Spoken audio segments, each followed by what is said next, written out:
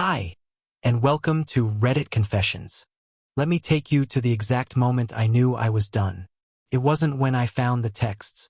It wasn't when she lied to my face. It wasn't even when I watched her laugh at her phone and then look at me like I was background noise. It was when she said 6 little words. "You're overreacting. Go to sleep." Go to sleep? She could have said anything else. She could have begged, could have screamed, could have gaslit harder. But instead, she said it like she was done arguing, like I was a tantrum to be ignored. So that's exactly what I did.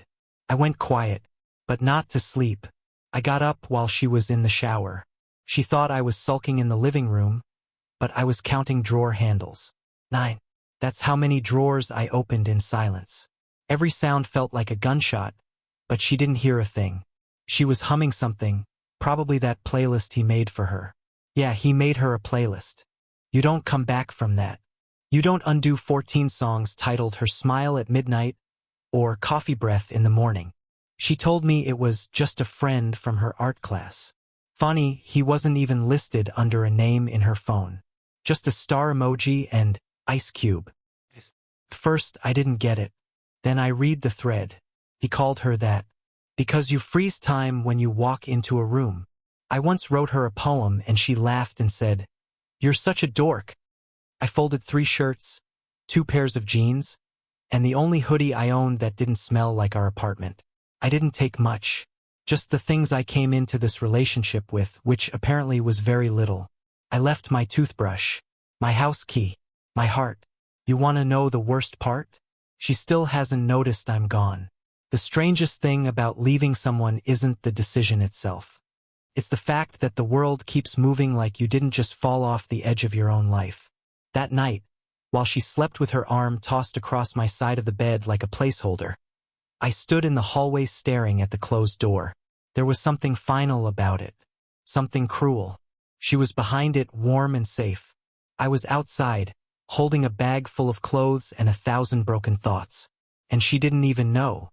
She had kissed me on the cheek before going to bed. Not out of love, but habit. A kiss as hollow as an echo in an empty house. I stood there long after the bedroom light clicked off, listening to the ceiling fan whir and the clock tick on the wall. It felt like the universe was watching me, waiting to see if I'd actually go through with it, if I'd finally stop being the guy who forgave her for everything she never admitted doing. The night before, I had tested her. I asked her directly, "Have you been talking to someone behind my back?" She paused. Not the kind of pause you make when you're insulted, but the kind that happens when you're calculating how much someone already knows. That silence said everything. Then came the shrug, the eye roll, the smile with no warmth. "Barrett, you're overreacting." Again. That word. Again. Like I was some dramatic soap opera character she had to tolerate. She told me she was tired. She said she had work in the morning. She picked up her phone and turned away from me like I was an interruption she couldn't mute. That's when I stopped talking. Not because I accepted anything, but because I was done begging someone to care that I was still standing there. So I began my quiet exit.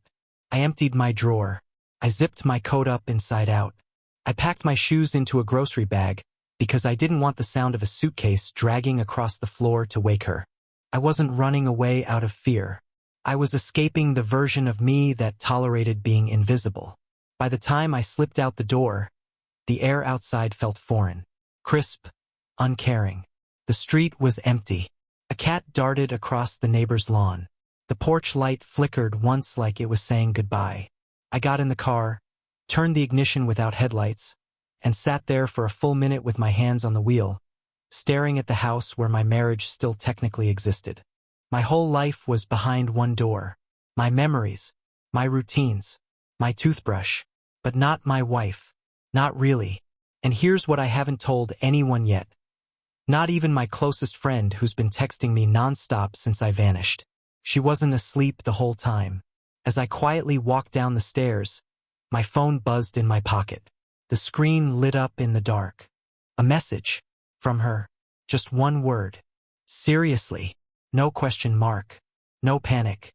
No emotion. She knew I was leaving. And she let me. Didn't get up. Didn't chase me. Didn't even call my name. I think that broke me more than the cheating.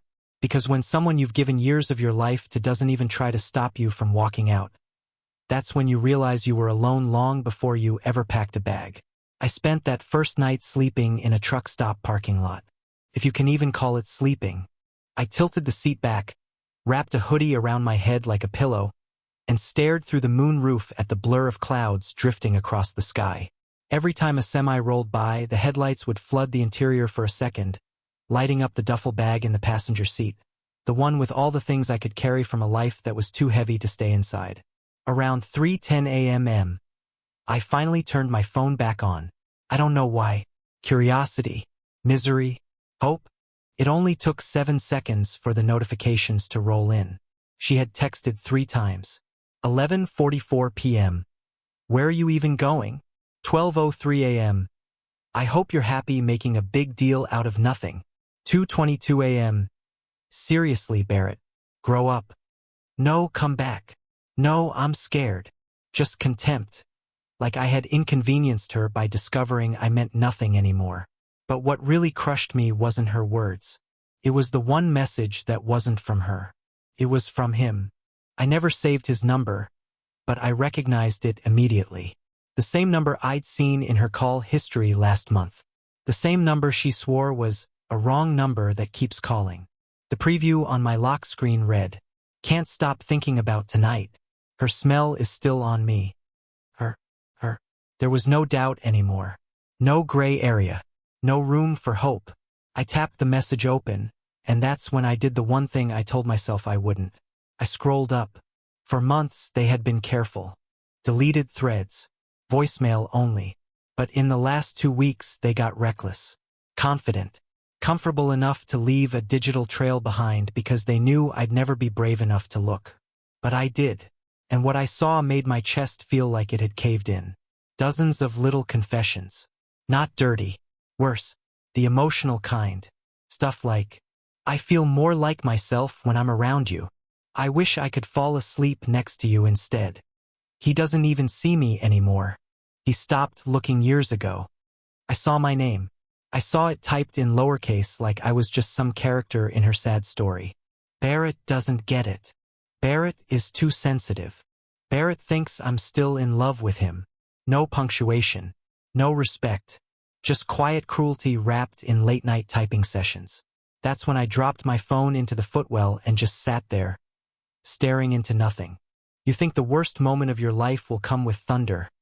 Screaming, breaking glass, fists pounding walls. But mine came in absolute silence. Inside a parked car with vending machine light flickering behind me and the soft sound of a dispatcher's radio crackling from the gas station speaker. I didn't cry. Not because I was strong, but because there was nothing left inside me to leak out. The truth had finally been served. Cold, ugly, and final. And what did I do? Nothing. I locked the screen, put the phone down, reclined the seat another inch, and just existed in the emptiness. That was the moment I realized something brutal. This wasn't the beginning of the end. The end had happened months ago. I just didn't get the memo. I didn't drive far the next day. I told myself I would.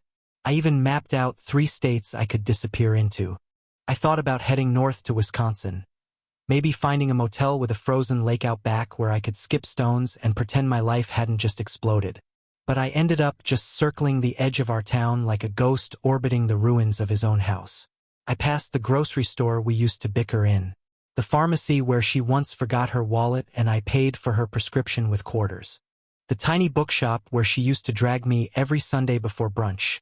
Even though I don't read anything thicker than a diner menu. Everything still stood. The world hadn't collapsed. But I had. It was around 11 a.m. when I found myself parked outside our building. Not close, just far enough to see the second-story window where our bedroom curtain used to blow in the breeze. It was shut now, closed tight like a chapter 1 never got to finish. I don't even know why I was there. Curiosity? Self-torture? Somewhere deep down I think I hoped she'd come out. Look around. Realize I was gone. And panic. Run into the street. Call my name. Show even an ounce of fear that she'd lost me. But no one came out. I watched as a package got delivered to our doorstep. I saw her silhouette pass by the window. She didn't even pause. Just grabbed the box and disappeared again like it was any other Tuesday. Like I hadn't left my wedding ring on the bathroom sink with a note that simply said, "I can't stay where I'm not wanted." I wondered if she even read it. That night, I booked a cheap motel off the highway. Not the same one as before. This one had flickering lights, stained carpet, and a desk clerk who didn't even look up from his phone when I checked in. I was room 207. When I opened the door, I was hit with the smell of bleach and old regrets. I tossed my bag on the floor, collapsed onto the bed, and stared at the ceiling fan that clicked with every rotation. I felt like I was spinning with it round and round in a loop of misery. I tried watching something dumb on TV, but even the laugh track felt fake. It was all too loud, too empty. So I did something worse. I logged into the cloud account where our home security cameras used to back up footage. Yeah, I know. Dumb. But I needed to see. I needed proof that I wasn't crazy. That everything I felt, the distance, the coldness, the way she stopped touching me first, wasn't just in my head. And there it was. Footage from 2 nights before I left. She wasn't alone. He came over. Right after I had gone to bed early with a migraine. I watched as she dimmed the lights, paced the living room, then buzzed someone in from her phone. A man entered, tall, casual, familiar with the place. He didn't hesitate. He didn't even take his shoes off. She hugged him like it wasn't the first time. Like it was routine. Like I didn't exist just one room away. They didn't do anything graphic. Nothing happened on the cameras that would make YouTube demonetize me. But they sat close, whispered, touched fingers across the couch. She laughed in a way she hadn't laughed around me in months. And when she walked him to the door 2 hours later, she kissed him on the cheek with a softness I hadn't felt from her in over a year. I stared at the screen, frozen. Not angry, not devastated, just empty. Because that moment wasn't about betrayal anymore. It was about confirmation. Confirmation that I had been dead in her world for a long time. Just a ghost sharing her bed, still holding out hope that she'd see me again. But she didn't, and now I wasn't sure who I was anymore outside of that ghost. The motel room grew smaller each night. Not physically, of course, but something about being alone in a space that doesn't remember you makes every wall feel like it's pressing inward. The bed, once wide, started feeling narrow. The air felt thinner. Even the silence developed weight. Clung to me, in my ears, in my mouth, under my skin. It was on the 3rd night, lying there in the flickering blue light of a muted TV, that I made the mistake of opening our shared tablet. I had taken it with me because it had all our accounts linked, bills, streaming services, vacation photos. I hadn't touched it since leaving, but something pulled me toward it that night. Maybe I wanted closure. Maybe I wanted answers. Maybe I wanted to know if there was any version of her left who missed me. Instead, I found things she didn't delete. She wasn't careful with her cloud sync. I guess when you assume someone will never leave, you stop hiding the exits. Her photo albums had synced overnight, including a new one titled only with a date, 3 weeks ago. I tapped it open. First, it was harmless. A photo of her at a brunch spot I didn't recognize. A boomerang of a mimosa clinked against someone else's. But then came the one that cracked something in my chest I didn't know was still breakable. She was smiling in the sun, hair pulled back in that lazy way she always did on weekends. But she wasn't alone. He was behind her, not quite in frame, but enough to see his hand resting on her shoulder. The same hand that probably touched her the same way I used to, gently, like she was made of glass.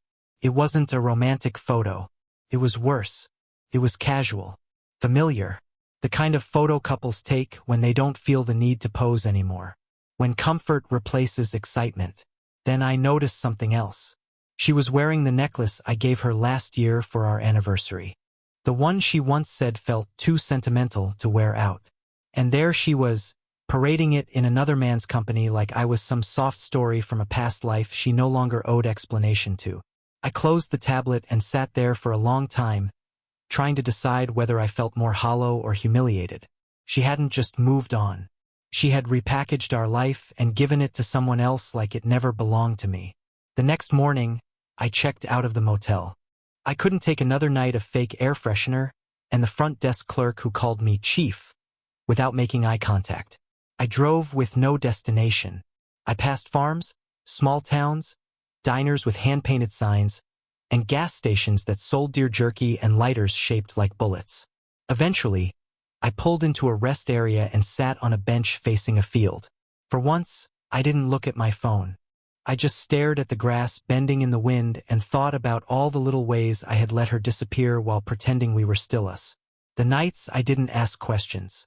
The smiles I accepted as real. The silences I labeled as stress. The touch that faded so slowly I stopped noticing it was gone. I had been loyal to a memory. She had been loyal to a transition. And somehow, even knowing that, some part of me still wanted to believe she missed me. That she woke up and reached for me, only to find air. That she felt an ache in her chest when I didn't answer her last message. But when I finally checked my phone that night, there were no new texts. Not a single missed call. Not even a passive-aggressive emoji. That's when I realized something truly devastating. She didn't forget me. She just didn't need me anymore. I think the strangest part of grief is how it doesn't always hit all at once. It arrives in pieces. Quiet, scattered, and inconvenient. You'll go hours feeling almost numb, like maybe you're healing. Then something small will detonate the silence. A smell, a phrase, a stupid memory, and suddenly you're underwater again, gasping on dry land. For me, it happened in the form of an email. I hadn't checked my inbox in days. Most of it was junk, updates from subscription services, some spam about refinancing my non-existent student loans, and a reminder from the electric company that our auto payment had failed. But then I saw her name. The subject line read, "About the apartment." I stared at it for a long time, not because I didn't expect it, but because something in me still wanted the first thing she'd say to be, "I miss you," or "Where are you?" Or even a pathetic "Let's talk." Instead, it was about logistics. I opened it anyway. It was short. 3 sentences. Maybe 4. "Hi. Since I'm assuming you won't be coming back, I've started clearing out some of your stuff. Let me know if there's anything specific you want saved. I'll be donating the rest." No punctuation at the end. Just her name. Typed in all lowercase like she was too busy to press shift. I didn't respond. Not because I didn't have anything to say, but because I had too much. And none of it would have mattered. She'd already moved into the role of the new version of herself. The one that didn't flinch at closing doors. The one that sorted my life into boxes without even asking if I was ready to let go. Later that night, I found myself driving again. Not aimlessly this time, intentionally. Back to the edge of the neighborhood we used to call ours. I didn't go up to the building. I parked at the end of the block and just watched. The window was lit. The blinds were open slightly. She walked past once, holding a glass of wine, phone in the other hand. She looked untouched. Not sad. Not even tired. Just polished in that way people do when they're trying to show the world they're fine. I hated how good she looked. How effortless it all seemed. Like she just changed clothes and stepped into someone else's life. Someone where I no longer existed. And then it happened. He arrived. I didn't expect to see him, but there he was. Same denim jacket I saw in one of the synced photos. Same stupid confident walk. He didn't even knock. Just entered the building like he belonged there. I didn't move. Couldn't. My hands were gripping the wheel so tight the leather creaked. I wasn't angry. I wasn't even jealous. I was erased. Watching the replacement slide in while I sat outside like an intruder in my own story. And here's the kicker. She laughed. I could hear it faintly through the open window. That specific laugh. The one I used to work so hard to get out of her. The one I thought belonged to me. She gave it away for free. That's when the cold settled in. Not around me, inside me. A numbness that spread from my chest to my fingertips, until even blinking felt like a chore. I rolled the window up, turned the car on, drove away without looking back. But I didn't go far. I ended up at the lake. The one we used to sit at during the summer, eating melted ice cream and watching dogs run in circles. I parked and stared out over the dark water. The reflection of streetlights rippled in waves. Everything looked familiar, but nothing felt the same. Because nothing is more painful than realizing you became a stranger in someone's life while still being in love with the memory of who they used to be. She hadn't just moved on. She had rewritten me. And I couldn't decide which was worse, being forgotten or being edited out of her story like I was never important in the first place. The night after I saw him walk into our home like it was always meant for him, I told myself I wouldn't go back. I told myself I had done enough watching, enough circling, enough torturing myself with glimpses of a life that no longer included me. I promised I would start letting go. Maybe even look for an apartment, something temporary, someplace where I could be someone without a shared past hanging in the air like mildew. But promises don't hold up well when grief still has its claws in you. 3 days later, I returned. Not to spy, not to beg, not even to see her, but to deliver something. A box. It wasn't large, but it felt heavier than it should have. It was taped neatly, labeled only with her name written in small, shaky handwriting, mine. Inside were the last pieces of me that had once lived in that apartment. A hoodie she used to steal off my chair when she was cold, an old Polaroid of us from a carnival, a birthday card she made out of torn notebook paper because we were too broke to buy real ones back then, and a ceramic mug she painted herself that read Barrett's Forever Coffee. I didn't know if she'd want them. I wasn't even sure why I brought them. Maybe I wanted her to have the things she had once touched with love, or maybe I just didn't want to be the only one holding on to them anymore. I left the box on her porch right before sunrise. The streets were still damp from a light rain, the pavement slick and shining under orange streetlights. I stood there for a minute after setting it down, half expecting the door to open, half hoping it wouldn't. A dog barked 2 houses down. Somewhere, a car alarm gave a single beep. But the world around her remained still, and so did she. She never came out, never peeked, never felt the shift in the air. I turned and walked away for the last time, but not because I was finally strong enough, because I knew staying any longer would rot me from the inside out. I drove aimlessly again. I ended up on a back road that curled through woods we used to hike when things were good, or maybe just less broken. The trees stood tall and dark, indifferent to the tiny storm unraveling in my chest. I pulled off near a trailhead, killed the engine, and just sat in silence. The kind of silence that stretches wide and echoes with thoughts you can't outrun. I thought about who I was before her, what I wanted, what I believed about love. And it hit me I didn't know. She had been the blueprint, the language, the measurement of joy and grief. I had built my whole identity around being the one who made her smile, the one who stayed, the one who bent without breaking every time things got hard. But she didn't want someone who bent. She wanted someone who walked away and made her chase. And I never knew how. The irony is, now that I finally left, she didn't chase either. That night I got a text. First one in days. Not from her. From her sister. It said, "I saw the box. Just wanted you to know she opened it. Didn't say much. Just stared for a while, then walked to her room and closed the door. I don't think she expected you to actually go." I didn't reply. What was there to say? That I waited months for a flicker of that kind of reaction?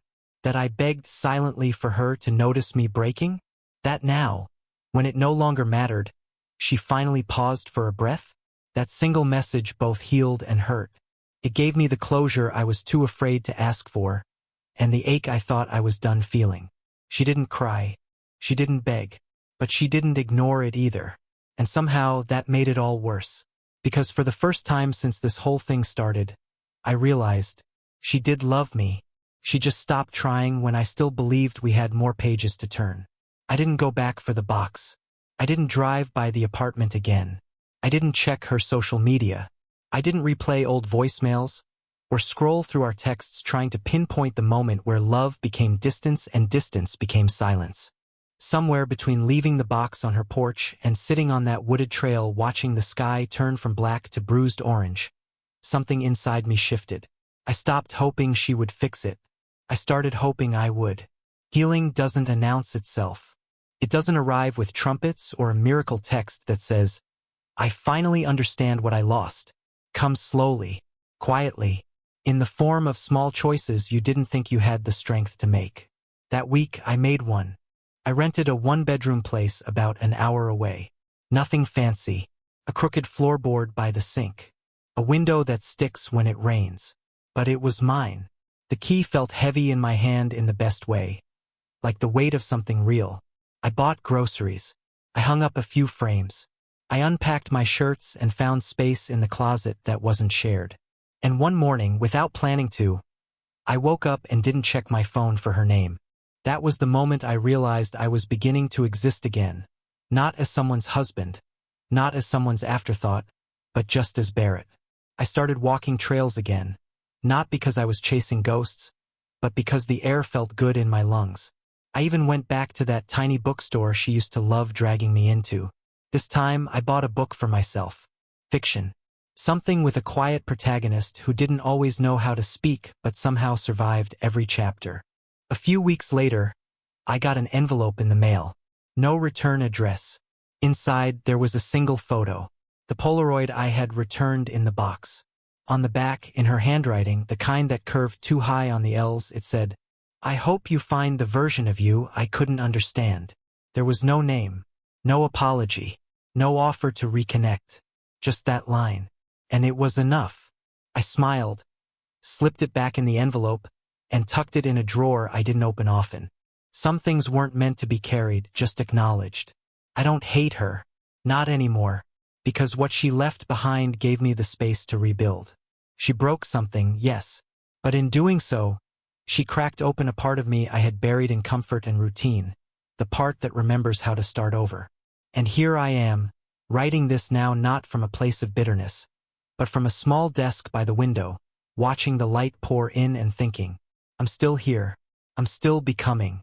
And for the first time in a long time, I'm not waiting for her to notice. Thank you for watching this story here on Reddit Confessions. If you've ever gone through something that changed you in unexpected ways, a breakup, a betrayal, or even a quiet goodbye that lingered, share it with us in the comments. What was your turning point? Don't forget to like, subscribe, and hit that notification bell so you don't miss our next true story. We'll see you in the next confession.